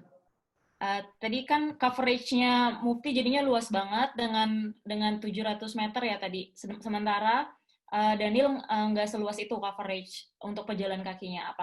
Itu kenapa berbeda? Ada variabel apa sih yang digunakan berbeda? Jadi kalau dari aku yang bikin beda adalah aku melibatkan kayak tadi kata Mas Daniel, ada Kopaja, ada angkot, dan yang paling signifikan adalah adanya Jaklingko. Jaklingko ini rutenya agak banyak karena dia sebagai feeder dari Transjakarta gitu. Dan itu kan baru adanya belakangan ini ya. Mungkin kalau kita pakai data 2010 atau 2015 gitu, itu tuh masih belum ada. Dan ketika dimasukin si rute Jaklingko itu, jadinya signifikan. Itu sih paling bedanya. Ya gitu. Kalau dari aku. Ada yang mau bertanya atau diskusi lagi?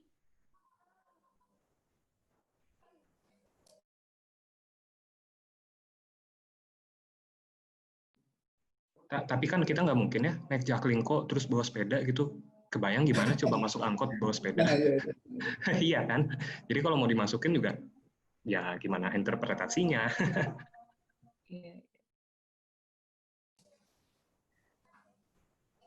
Ada yang dari panitia ada yang mau bertanya ya? Silakan, Bima. Oke, terima kasih Wija. Selamat siang semuanya. Mau bertanya ke Kak Daniel. Buat yang analisis location allocation, itu menghitung 4 kilometernya pakai radius atau pakai network? Ini gue langsung jawab aja. Dia otomatis langsung mengalokasikan jarak sebenarnya gitu. Cuman memang tadi kelihatannya di petanya itu kan garis lurus ya. Nah itu sebenarnya jalannya belok-belok. Cuman for representational purpose jadinya runyek banget.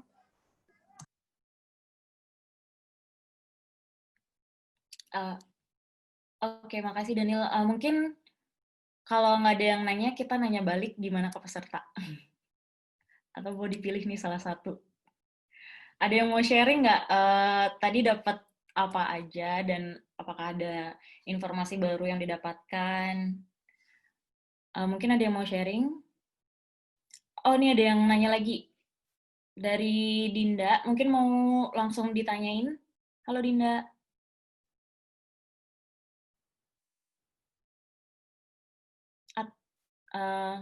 Dinda ada di sini? Halo? Ya, halo. Halo. Maaf ini kalau misalnya agak berisik, soalnya lagi azan. Saya mau bertanya, jadi saya ikut workshop ini dengan agak awam ya, karena saya profesinya itu bukan urban design, tapi saya arsitek. Tapi yang ingin saya tanyakan di sini adalah, apakah boleh dijelaskan secara singkat tentang stakeholder yang terlibat? Jadi misalnya dengan membuat analisis ini, itu kira-kira akan bermanfaat, bisa secara strategis disampaikan kepada dinas apa atau bagian apa di pemerintahan, atau misalnya kalau swasta itu kemana, kayak gitu sih.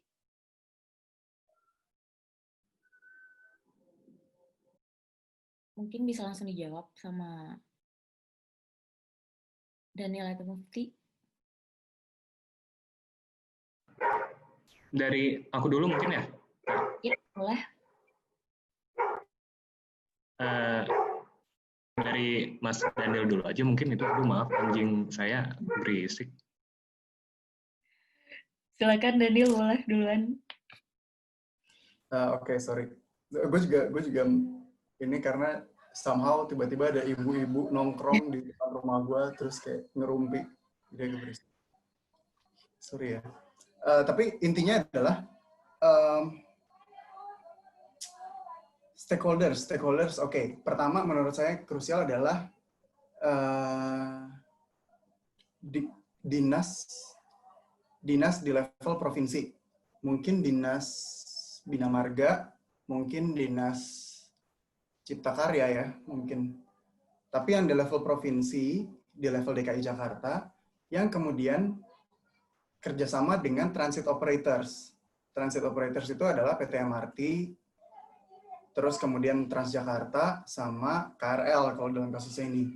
Dan ya tidak menutup kemungkinan operatornya LRT, Velodrome. Itu key players yang harus di-approach. Nah, kemudian adalah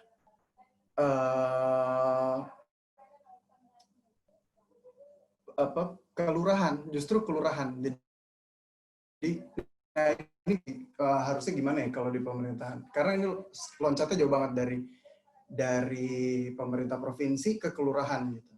Tapi menurut gua sih sebenarnya memang kalau mau benar-benar oke tuh koordinasinya harus cukup mikro gitu, jangan terlalu tinggi gitu. Jadi di kelurahan mungkin, atau mungkin kita bisa turunin ke pemerintah kota di awal gitu ya.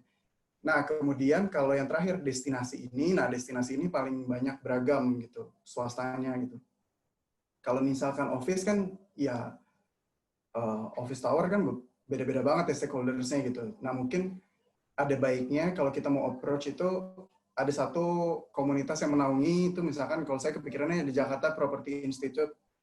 Itu kan dia kayak punya koneksi dengan pemilik-pemilik bangunan office di Jakarta, seperti itu.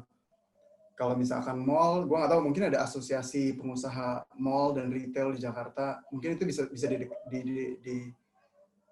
di approach juga kayak gitu ya. Ya kayak gitu sih paling.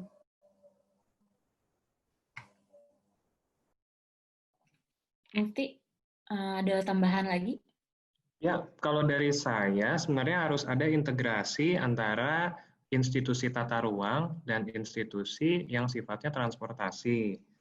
Stakeholder yang terlibat, memanfaatkan. Nah iya betul, misal kalau maksudnya institusi ini bukan institusi pemerintah, jadi termasuk developers gitu atau masyarakat. Karena terkadang kalau kita bikin rencana transportasi sendiri, rencana tata ruang sendiri gitu. Nah itu tuh harusnya dinaungi dan diintegrasikan gitu.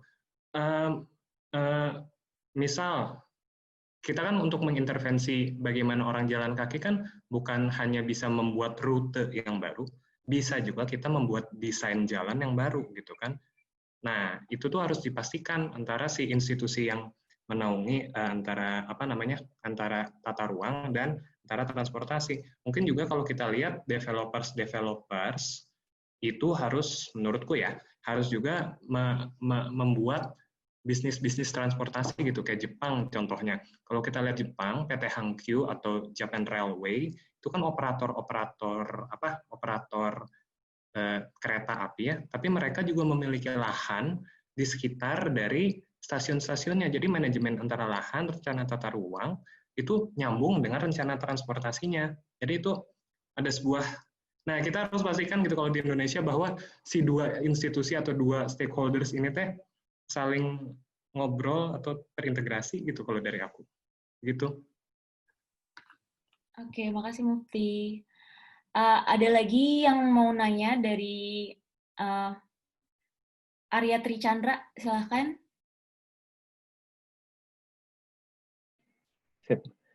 Assalamualaikum. Ini suaranya kedengeran? Ya, kedengeran.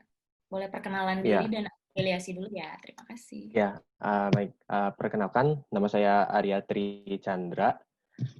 Ini ya jujur aja memang sebenarnya pertanyaan saya mungkin nggak ini dengan materi. Materinya kan maksudnya kan kayak mendapatkan data atau analisis data dari cara-cara yang tidak konvensional pada dasarnya. Tapi ini ngarah-ngarahnya mungkin ke arah bagaimana perencanaan transportasi umum ke depannya, atau yang tadi Daniel jelaskan kayak infrastruktur sepeda. Ini kan soalnya balik lagi memang ini kan yang pembahasannya itu teknis banget dan bisa dibilang mungkin tidak memasukkan faktor-faktor yang lain kayak Mufti juga menjelaskan atau mungkin Daniel yang kayak di artikelnya mungkin menjelaskan kalau ini tidak memperhatikan semacam willingness to bike dari masyarakat dan seterusnya. Soalnya ini kan kayak misalkan kita mau membuat infrastruktur sepeda atau ya infrastruktur ya public transport lain, itu kan ada kemungkinan akan makan lahan atau ya makan jalur lah dari kendaraan pribadi kayak yang jalan biasa. Itu kan pasti ada kemungkinan ke depannya itu akan ya ada perlawanan, mungkin bisa dibilang kayak misalkan ini contohnya itu kayak yang di London, mereka mau menyediakan infrastruktur untuk biking kayak gitu, itu susah banget bisa dibilang.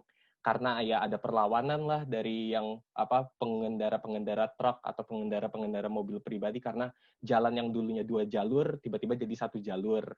Nah, itu kan ya mungkin bisa diperhatikan untuk pembangunan transportasi ke depannya, kayak respon dari masyarakat itu seperti apa gitu. Dan mungkin bisa dijelaskan juga dari dari Mufti atau dari Daniel bagaimana untuk meminimalisirnya. Tadi Daniel juga menjelaskan kalau misalkan mungkin bisa dipisah antara pejalan kaki, mungkin ada di tingkat 2 atau mungkin ya underground lah. Tapi jujur kalau saya pribadi ini mungkin ya bisa ya kalau nggak setuju boleh dijelaskan, kayak pemisahan, kayak segregasi antara kendaraan dengan masyarakat, mau pesepeda nanti ada jalurnya sendiri, pejalan kaki ada ya di bawah tanah sendiri atau di atas sendiri, itu khawatirnya malah mendorong kendaraan pribadi gitu ke depannya. Kalau yang saya tahu dari perencanaan kota, ya mungkin juga pribadi saya sendiri, kayak sebenarnya disinsentif kayak jalan makin kecil atau kayak gitu, itu bisa dibilang jadi pendorong gitu buat orang pakai public transportation daripada kendaraan pribadi. Jadi sedangkan kalau misalkan ini dibuat terpisah, itu malah orang-orang malah lebih prefer kendaraan pribadi gitu. Jadi ya itu mungkin gimana lanjutnya untuk perencanaan transportasi umum seperti apa, kasarnya seperti itu. Ini ada lagi buat nanya buat Mufti, tadi ada nyebutin semacam penyederhanaan birokrasi kayak kayak perencanaannya mungkin bisa disatukan, tapi masih ada lain yang nanya, jadi mungkin saya berhenti aja dulu tadi aja, mungkin 2 kayak bagaimana untuk perencanaan lanjutannya antara apa ini rencana dengan bagaimana respon masyarakat, bagaimana keberlanjutannya sama yang kekhawatiran dari segregasi antara apa sepeda, pejalan kaki dengan kendaraan yang seperti itu. Itu mungkin saya sampai situ aja dulu. Yang lain juga masih banyak ada yang nanya juga. Ya. Oke, makasih Arya pertanyaannya. Mungkin bisa dijawab langsung ya oleh Daniel atau Mufti, gimana kira-kira bisa mengakomodasi berbagai kepentingan untuk pengguna jalan gitu. Saya dulu ya kali ya. Ya, boleh. Sebenarnya menurut saya Mas Aryati sudah cukup menjawab sendiri gitu pertanyaannya gitu. Memang kalau kita mau, ya ini yang dibutuhkan sebenarnya adalah visi bersama. Visi bersama apakah benar nih kita mau mengakomodasi seluruh moda transportasi atau ya udah kita mau prioritasin mobil atau kita mau prioritasin motor atau yang lainnya gitu. Dan yang dibutuhkan adalah ketika kita sudah punya visi bersamanya adalah kemudian push and pull factors-nya gitu. Sama yang tadi Mas Aryatri bilang. Jadi mau nggak mau pasti ada perlawanan gitu. Misalkan kita kurangin kurangin jalur mobil menjadi jalur sepeda, itu kan push-nya gitu, kayak dipaksanya gitu. Tapi harus kemudian sepeda itu harus dibuat menarik supaya orang shifting dari mobil pindah ke sepeda. Nah itu kita harus cari pull factors-nya apa gitu. Dan menurut saya mungkin salah satu pull factors-nya adalah kita harus ceritain bahwa benefitnya cycling ini tuh murah banget gitu. Lu nggak bayar pajak kendaraan, lu nggak bayar pajak, lu nggak bayar bensin, lu nggak bayar tiket parkir gitu, misalkan kayak gitu. Itu salah satu sih. Dan ya ini apalagi kalau skalanya makro banget gitu, skalanya misalnya satu provinsi kayak gini, ya itu agak, ya memang tricky sih. Tapi mau kalau menurut saya, kalau misalkan kita punya visi yang sama bareng, kita moving towards non-motorized vehicle, kita moving towards public transportation, ya udah, kayak asal itu kita punya satu visi yang bareng-bareng gitu. Dan visi dari pemerintahan itu harus diimpose ke masyarakatnya, ke semua operator transit, ke segala macam. Jadi ya memang kalau saya cenderung biasanya top down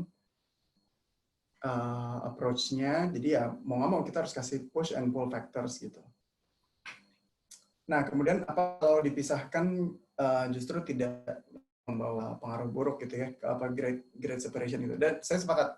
Tadi saya ngomong dipisahkan itu kalau konteks lahan sangat berkontur. Kalau misalkan enggak, prioritaskan pesepeda dan pejalan kaki itu at grade level plus ya plus 00 relatif gitu ya. Dan itu yang paling nyaman gitu, karena kita nggak harus nanjak, kita nggak harus naik tangga, dan itu lebih universal karena orang naik kursi roda harusnya masih bisa, orang dengan tongkat gitu, itu harusnya masih bisa. Harusnya sih kayak gitu ya. Kita hanya grade separation kalau memang ada situasi ekstrim gitu, misalnya kontur. Kayak gitu sih.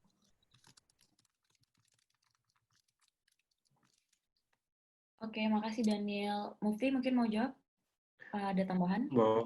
Boleh sih. Halo ya.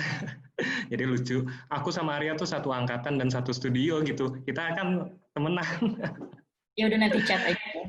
Nanti chat aja. Kalau menurutku kalau dari institusi yang kalau ngelihat contoh kasus dari Transjakarta juga kan sama kan kasusnya, kayaknya dulu sama juga diprotes, jalannya udah luas gitu, tapi tetap dilakuin, orangnya make-make aja. Kalau menurutku yang perlu dilakukan kalau dalam tahap itu butuh political will atau butuh leadership di mana mereka bisa membuat keputusan yang tegas. Dan kalau mengutip Pak Sibarani kemarin tuh ada seminarnya dari Pak Sibarani juga, dan yang memoderatori itu prinsipalnya saya. Jadi prinsipalnya Mas Daniel sama prinsipalnya saya kemarin ngadain seminar, terus sekarang lagi saya sama Mas Daniel melakukan ini. Nah ini dari Pak Sibarani kemarin ngutipnya gini, sama pertanyaannya kayak dari Arya, nggak bisa memuaskan semua orang, tapi keputusan tetap harus diambil either way kan, ya udah gitu. Jadi tegas aja kalau kata aku. Pasti bakal ada yang nolak tuh. Anies juga sama Cikini desain trotoarnya banyak yang nolak juga. Kalau lihat aja di Twitter, maksudnya orang-orang nanti orang apa PKL-nya makin banyak, tapi jadi juga. Terima kasih.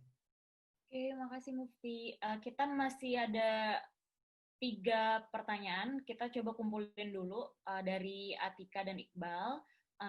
Mungkin bisa Atika silakan memberikan pertanyaannya, tapi nanti dijawab sekalian sama Nurul dan Mufti. Ya, halo, thank you kesempatannya dan menarik banget presentasinya. Jadi terinspirasi untuk melakukan berbagai analisis di masa mendatang. Sebenarnya nggak tahu sih ini lebih ke komen atau pertanyaan karena triggering aja soal how to bring analisis yang kayak gini forward gitu loh. Tadi kan disebut juga kita bisa koordinasi ke berbagai stakeholders di dinas-dinas, tapi kemarin kebetulan saya nge-share artikel yang ditulis Daniel soal analisisnya ke teman yang di TGUPP DKI Jakarta. Terus dia cerita juga sebetulnya ada aspek politik anggaran lah ya ketika kita mau merealisasikan sesuatu gitu. Di mana anggaran untuk membangun bike lanes ini juga ada penolakan dari DPR karena dianggap nanti akan bersaing dengan kepentingan jalan untuk mobil, dan di situ kan berarti ada kepentingan lain yang bermain. Kita harus mikirin juga hal-hal yang seperti itu, gimana caranya kepentingan masyarakat luas yang kita juga masih harus mencerdaskan nih benefitnya itu apa tadi ya lewat push and pull mechanism itu, dan mungkin kira-kira gerakan bottom up seperti apa ya yang bisa dilakukan untuk bisa melengkapi hal itu ya, ketika yang bersifat top down itu kita sendiri kurang punya resource atau kayak nggak punya akses untuk bisa masuk ke pemerintah baik itu di legislatif maupun eksekutifnya gitu. Terus apakah ketika kita memberikan dorongan ke sektor swasta, hal itu jadi strategi yang memungkinkan gitu. Kira-kira di negara lain pakai mekanisme yang seperti itu nggak ya gitu. Tadi mungkin udah sempat nyebutin di Jepang dan sebagainya. Mungkin kalau ada cerita yang lebih detail tentang partisipasi sektor swasta dalam membangun jaringan yang seperti ini gitu. Jaringan sepeda yang apakah sebetulnya itu bisa jadi malah mendukung peningkatan orang yang naik kendaraan umumnya juga gitu.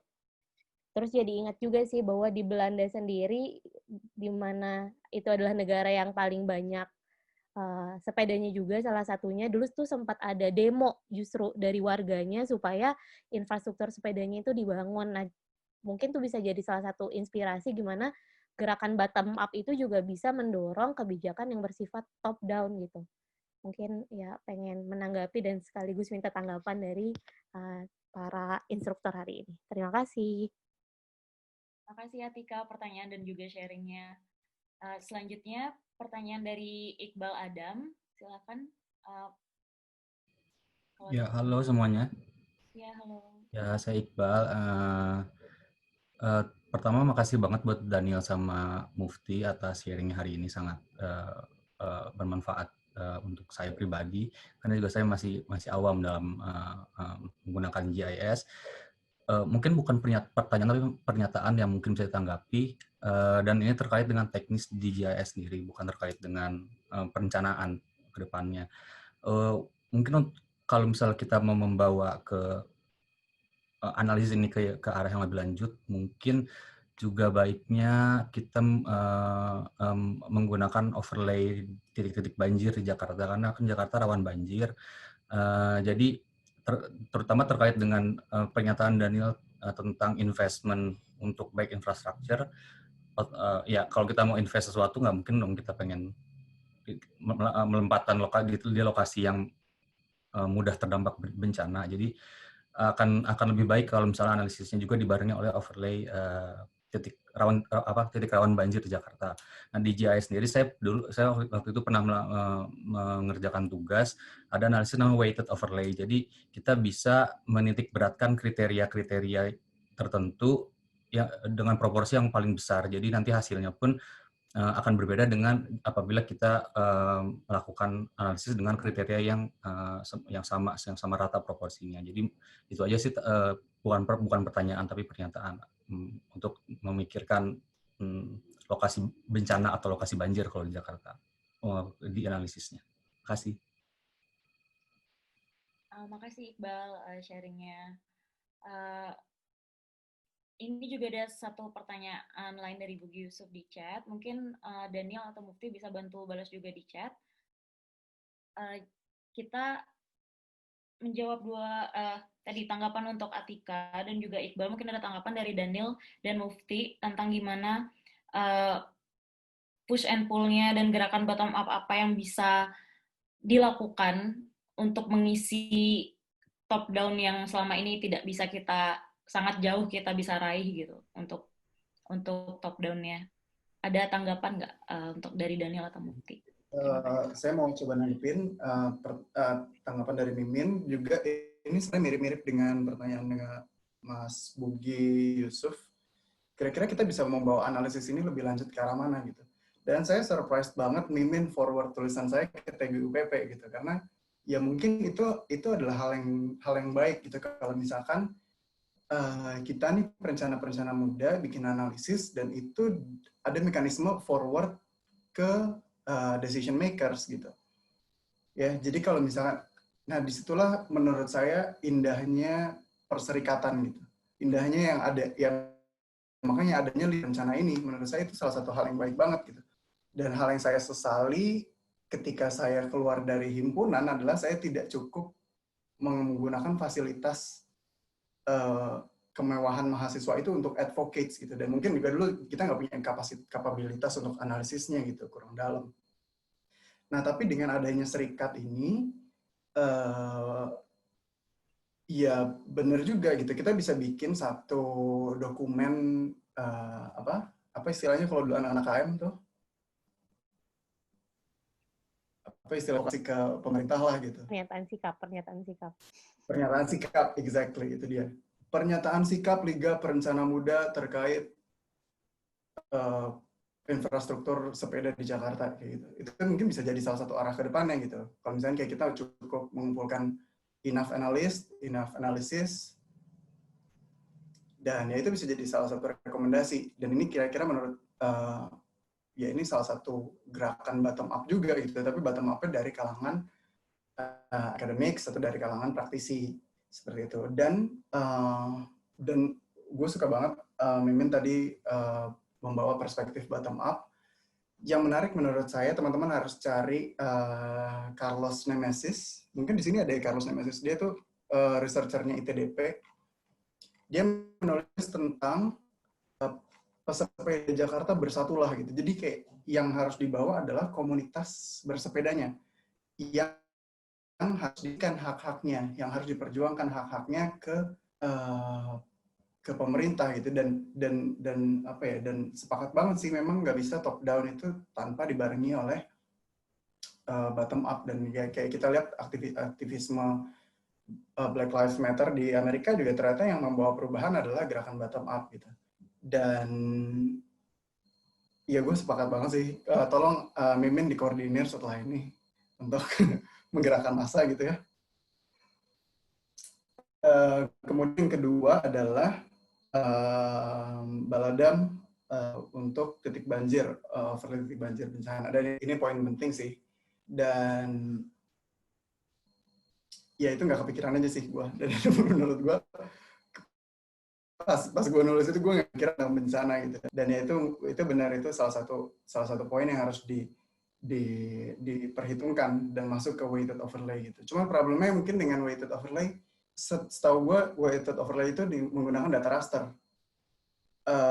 Gue nggak tahu sih, mungkin vektor bisa juga sih, vektor summary gitu. Cuman ya itu teknis lah. Ya pasti adalah di YouTube gitu. Nanti kita coba ngulik-ngulik. Terima kasih Daniel. Mufti ada tambahan? Boleh. Terkait dari Mas Iqbal dan tadi menyambung dari data raster itu. Jadi kalau kita pakai remote sensing, pakai data citra satelit, atau pakai data drone, atau pakai data pesawat terbang, itu tuh bisa dideteksi banjir itu. Yang menurutku bikin menarik adalah data-data banjir di Jakarta itu kan antara titik atau teragregatkan di level kelurahan gitu. Yang kalau untuk analisis ini mungkin kita butuh detailnya yang sifatnya kontinu tadi dalam bentuk raster seperti kata Mas Daniel. Mungkin kedepannya kalau bisa ada tuh datanya jadi raster. Nah, yang jadi masalah itu kalau dengan data yang gratis kayak Sentinel atau Landsat, itu resolusinya terlalu besar, masih 10 kali 10 meter itu untuk Sentinel. Kalau Landsat, dia resolusinya 30 kali 30 meter. Kita butuh yang lebih detail, 1 kali 1 meter gitu misal. Itu lebih kecil dari itu. Terkait data juga sih, menariknya. Makasih Mukti dan Daniel. Jadi karena waktunya terbatas, pertanyaannya ditutup dulu. Nanti mungkin panitia bisa follow up beberapa pertanyaan ini yang akan dikirimkan setelah sesi workshop ini berakhir. Sekarang ada kejutan lagi. Tadi di awal kita ada pretest. Setelah pretest tentu ada post-test. Jadi panitia mungkin bisa kirim link post-testnya ini untuk evaluasi untuk panitia juga, supaya bisa melaksanakan loka karyanya lebih baik. Panitia boleh di-share link post-testnya?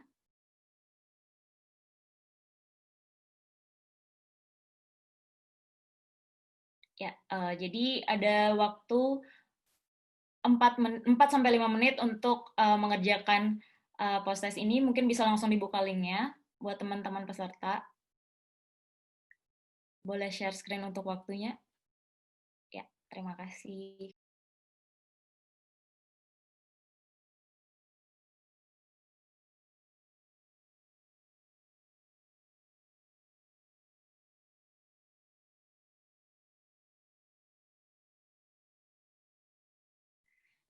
Ya, terima kasih semuanya udah mengisi post-test. Semoga bermanfaat ya, dan ini pretestnya dinilai atau enggak sih? Pretest dan post-test enggak ya? Jadi, terima kasih semuanya sudah bergabung. Sebenarnya waktunya tinggal sedikit, tapi sepertinya tidak cukup untuk simulasi. Jadi, merangkum kembali diskusi kita hari ini yang sangat bermanfaat, gimana menggunakan fitur analisis spasial atau khususnya network analysis, dan dari proses pengambilan data hingga analisisnya, sehingga kita bisa mendapatkan informasi-informasi yang untuk menjawab pertanyaan kita. Apalagi ini bisa bermanfaat untuk pemerintah atau stakeholder lainnya membuat keputusan. Contohnya tadi dari Daniel, gimana pemerintah bisa memutuskan untuk investasi untuk baik shelter ataupun untuk engage ke stakeholder lainnya, dan juga dari Mufti yang bikin analisis dengan data raster sehingga menemukan ada kekurangan-kekurangan di mana sih penyediaan data publik untuk melakukan analisis ataupun membuat policy analisis berdasarkan data tersebut. Jadi selain kita bisa mencari tujuan kita tadi di awal untuk menganalisis salah satu target SDGs, itu bisa terpenuhi dengan network analysis ini, dan juga bisa jadi tools untuk menginformasikan decision making. Jadi terima kasih banyak atas partisipasinya dan pertanyaan-pertanyaannya. Saya sangat berterima kasih juga ke panitia udah memberikan kesempatan platform ini dari Liga Muda Perencana. Jadi selain adanya platform ini, Liga Muda Perencana juga ada aktivitas lain yang mungkin nanti panitia bisa memberikan informasi lainnya. Jadi tepuk tangan buat kita semua.